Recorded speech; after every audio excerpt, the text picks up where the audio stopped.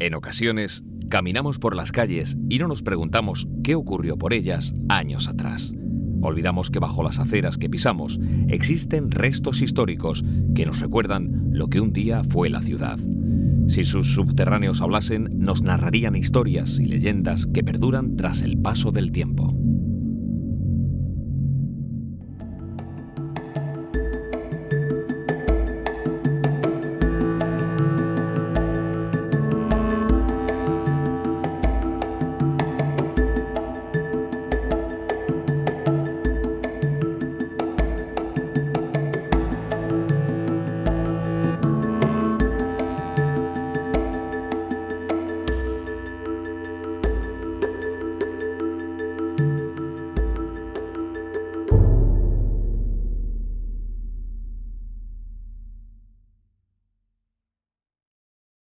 Sevilla es una ciudad con varias salidas a un río, el Guadalquivir, que desde la llegada de los tartesos da vida a esta ciudad. La localidad es una de las más antiguas de España, con aproximadamente 3.500 años de historia desde su fundación hasta la actualidad. Son muchas las civilizaciones que han pasado por Sevilla y han ido aumentando el núcleo poblacional, pero todas ellas han recurrido al subsuelo por diferentes motivos. En aquella época, la altura de Sevilla era diferente. Tendríamos que introducirnos en los subterráneos de la ciudad entre 6 o 12 metros para llegar a su superficie original. Un buen ejemplo de ello es la calle Mármol, donde aparecieron las columnas que se ubican actualmente en la Alameda de Hércules. Así podemos hacernos una idea de la profundidad que tenían los suelos romanos. Los pasadizos más conocidos de la ciudad son los que parten de la catedral, debido a su importancia como asentamiento histórico.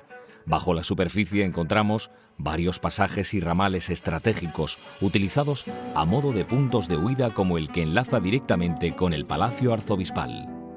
Casi más interesante que lo que nos muestran en el Templo Sagrado de Sevilla está debajo. Por tumbas, por lugares de interés, por archivos y por pasajes. Pero es muy difícil. Es muy difícil porque hay que pedir permiso al deán de la catedral, hay que pedir permiso al Consejo Catedralicio, al Arzobispado.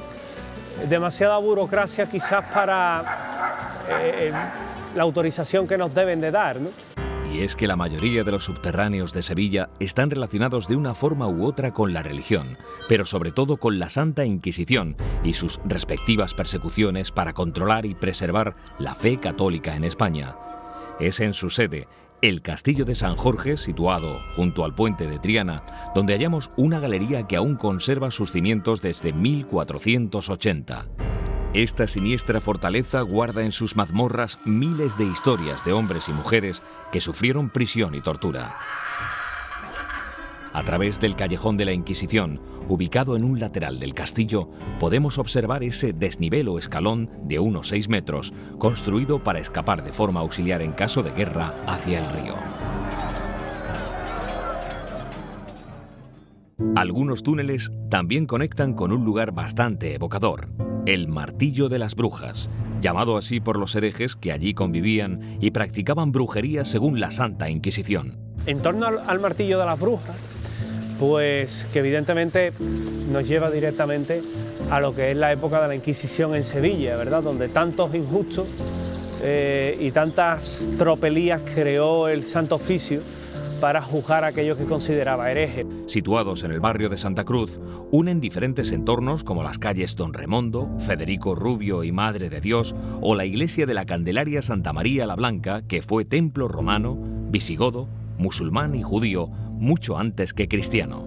Esos subterráneos, donde lo tenían perfectamente definido, donde sí se realizaban esos ritos, acertados, no acertados, apropiados, inapropiados, eso no me toca a mí juzgarlo, y que realmente es muy interesante porque aún hoy uno puede entrar y ver la antigua arquitectura que tiene todo ese lugar. En el barrio de Santa Cruz tropezamos también con vestigios de termas romanas y baños árabes que guardan la arquitectura original, a pesar del paso de diferentes sociedades por estas estrechas calles. Otro subsuelo que guarda historias en su interior es el de las sagradas cárceles situadas en un colegio. Estamos en la cripta de la Iglesia de la Trinidad. o mejor dicho, porque cuando fue consagrada en 1627 fue nombrada de Santa Justa y Rufina. Tenemos en cuenta que los trinitarios llegaron aquí tras la reconquista de Sevilla en 1248, levantando el templo en el año 53 por autoridad también de Alfonso X el Sabio. Pero fue levantado en un sitio que posteriormente, accidentalmente, dicen las crónicas, Morgado, Zúñiga, que fue el lugar donde fueron martirizadas las Santas Justa y Rufina, consideradas como patronas de la ciudad allá por el siglo III después de Cristo. Hijas de un tal Plinio, de una familia acomodada, el forense de oficio, pues se convirtió al cristianismo cuando generalmente el cristianismo, que iba llegando incipientemente bien por el Mediterráneo, bien por el norte de África, se iban apuntando pues los libertos, los esclavos, las clases sencillas, y no sentó muy bien en la clase dominante romana de Hispalis, en la Bética. Entonces este hombre fue llevado, dicen algunos, a las canteras, perdió su oficio, perdió la vida, y dejando huérfanas a dos pequeñas llamadas Justa y Rufina. Con el paso del tiempo, una familia adopta a estas chicas, les enseña el oficio de alfarería, montan su tallercito en Triana, y es aquí que un día de un 17 de julio del 287, pues reciben la visita de una procesión, no podía ser de otra manera en Sevilla, pagana en este caso, en honor a la diosa Salambó o Salambona, que lloraba la pérdida y la muerte de Adonis. Exigen que donen una serie de cuencos también de cerámica para el jardín de las florecillas de Adonis.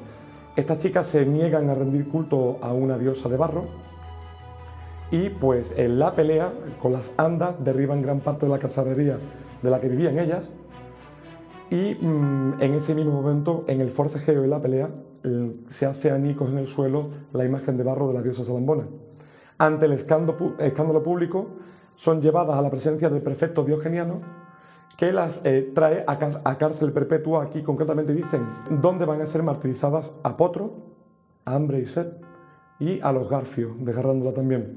No reniegan a su fe en el Dios de Jesús, y ante pues, el enfado del prefecto, son llevadas, tras serle arrancadas las uñas de los pies también, a Guadalcanal, donde, pues, aguantada la tortura, son traídas de vuelta en muy mal estado de salud. Justa muere esa misma noche aquí en la cárcel. Rufina queda sola, no cede ante la presión también por la soledad hermana, pero es llevada al anfiteatro. El caso es que el león al que le sueltan termina lamiendo los pies, es degollada, quemado su cuerpo, y Sabino de nuevo recoge los restos de la joven con 17 años y los lleva junto con la presencia de su hermana. Lo cierto es que con la invasión de los musulmanes, pues todo esto, incluso el pozo de donde dicen que saciaron la sed las dos muchachas, pues se convirtió también pues, en un pozo que alimentó también las huertas a posteriori.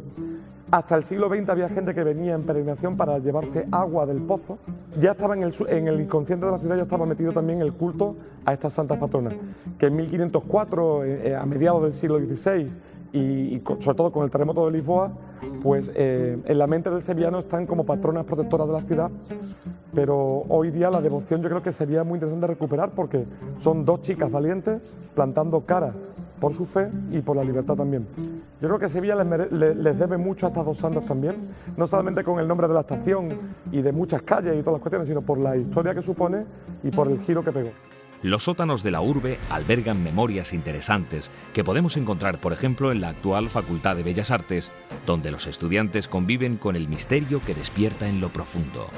El origen de la iglesia de Anunciación es pues cuando la Compañía de Jesús se asienta en Sevilla, consigue ya establecer, digamos, su base en condiciones, se plantea la construcción de un gran templo para la orden. En la cripta del templo, como cualquier templo, pues van siendo enterrados los jesuitas que mueren y algunos miembros de familias sevillanas afines a ellos que piden ser enterrados allí, como los Arguijos, ¿no? La Compañía de Jesús continúa, digamos, estable e incluso en progresión hasta el decreto de expulsión de todos los territorios del Reino de la Orden por parte de Carlos III, con lo cual queda desalojado tanto el Templo de la Anunciación como la Casa Profesa, y es cuando viene la petición de los sevillanos ilustrados a través de su líder, ¿no?, Pablo de Olavide, de utilizar para fines civiles la Casa Profesa y de utilizar para un futuro proyecto de universidad moderna el templo. El origen del Panteón de Sevillanos Ilustres viene de una solución que se encuentra en 1970, gracias al presupuesto que Florentino Pérez Enví, el director general de Bellas Artes, consigue, y que supera tanto el problema original de la cripta de los jesuitas, que era un lugar pequeño, impracticable, con humedad, problemas irresolubles, y el que deriva de trasladar por parte de la universidad los restos rescatados de templos, de conventos, tanto saqueados por los franceses como desamortizados, la ley de Mendizábal famosa, y que se van trasladando sobre el piso de la iglesia de la Anunciación y en los muros. Cuando bajamos esta bajada de 2 tramos cuyo acceso es la puerta lateral de la iglesia, pues se puede decir que lo primero que encontramos son los motivos funerarios de algunos de los Ponce de León. Reciben grandes bienes, reciben grandes propiedades y se convierten en una familia más importante de Sevilla. Tenemos al lado el sepulcro de Benito Arias Montano, que aparece también yacente con su ropa eclesiástica, un libro en las manos. Era físico, era biólogo, era poeta. Es decir, habría un abanico en la cultura de la época impresionante, lo que era un gran humanista. Personajes mucho más importantes son Alberto Lista, Félix Reynoso, que son del siglo XVIII, entrando en el siglo XIX ya, Gustavo Adolfo Bécquer y su hermano Valeriano, que llegaron en 1903 su resto de Madrid. Curiosamente, primero Valeriano y después Gustavo Adolfo mueren en Madrid los 2 hermanos. Este ángel neogótico sobre pedestal, con un escudo, con las rimas, el libro de las rimas en las manos, y sobre unas volutas donde los visitantes suelen colocar papelitos pidiéndole cosas a Gustavo Adolfo Bécquer como si fuese un santo, o bien rimas favoritas o poemas propios. Digamos que revelan que Gustavo Adolfo Bécquer es el personaje estelar del Panteón. Como habéis visto, es un abanico amplio donde nos podemos encontrar lugares que sí podríamos grabar, que podríamos investigar, que podríamos documentar gráficamente, a lugares en los que un no burocrático o un lot de imposibilidad, pues evidentemente nos imposibilitara el acceso a ellos. Nunca podremos conocer con exactitud los secretos que ocultan los subterráneos de Sevilla. Solo sabemos que, aunque no los veamos, están ahí, existen y su interés histórico no conoce límites.